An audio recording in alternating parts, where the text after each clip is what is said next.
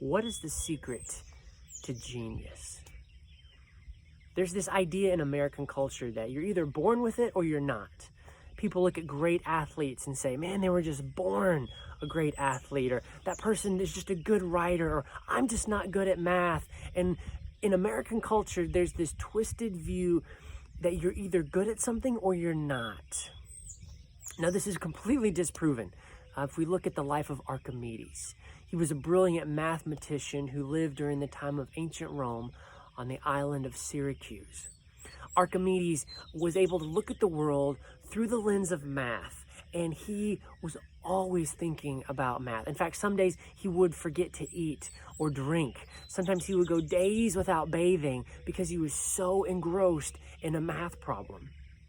Now, this might sound kind of nerdy to you, but the kind of math problems he was thinking about were always connected to something very practical. One day, the king put his crown on, and it felt different.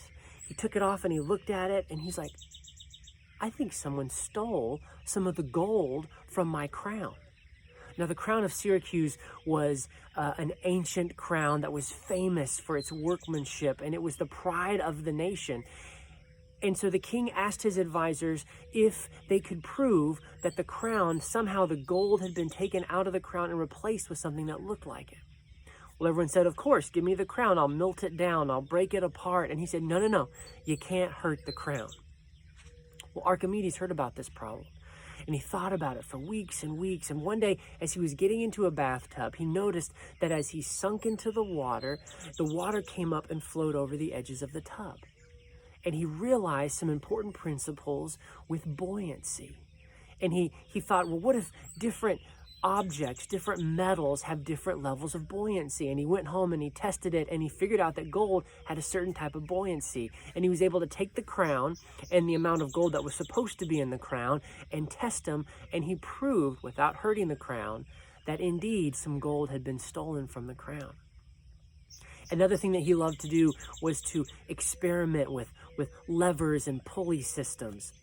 One day, he built this huge contraption that pulled a fully loaded ship up out of the water just by himself.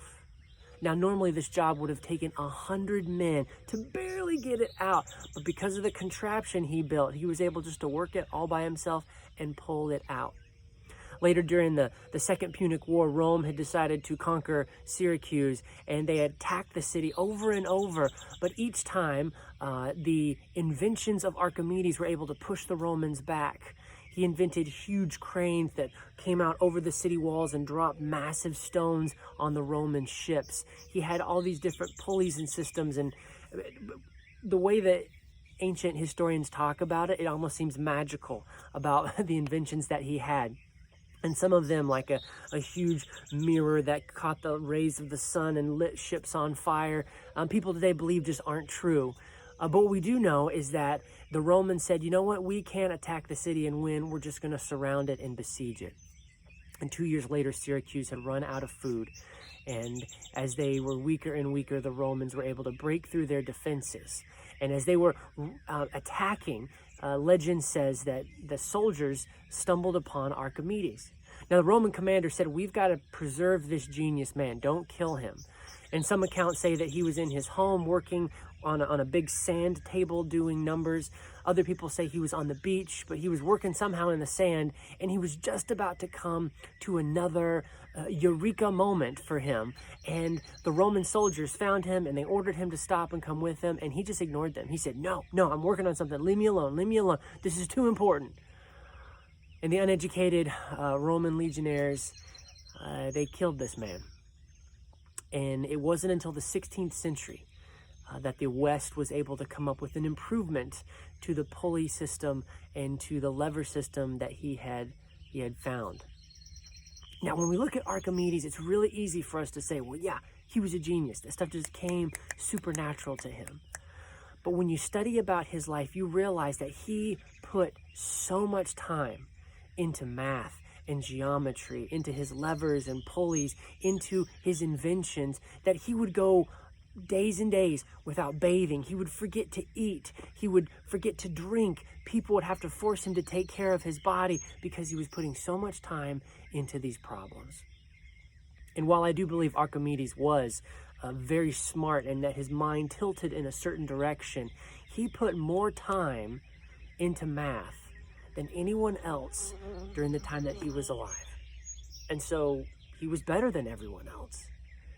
If you read the biographies of guys like Michael Jordan or LeBron James, you'll find out that or Kobe Bryant, you'll find out that they put so much time into basketball. Yeah, they were talented, but their talent was exponentially grown because of the time they invested in it.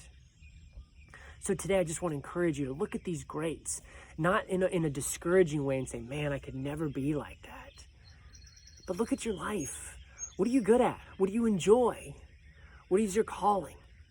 Now, you're never going to reach the epitome of what you can become without putting in that time. You see, nothing amazing comes easy. And if you invest the time into that thing that you know you're supposed to do, yeah, it'll be really hard. And yeah, you'll have days that you fail. But eventually you'll start to get better. Don't fall into the American trap that says you're either good at something or you're not. Learn from the ancients. Learn from Archimedes.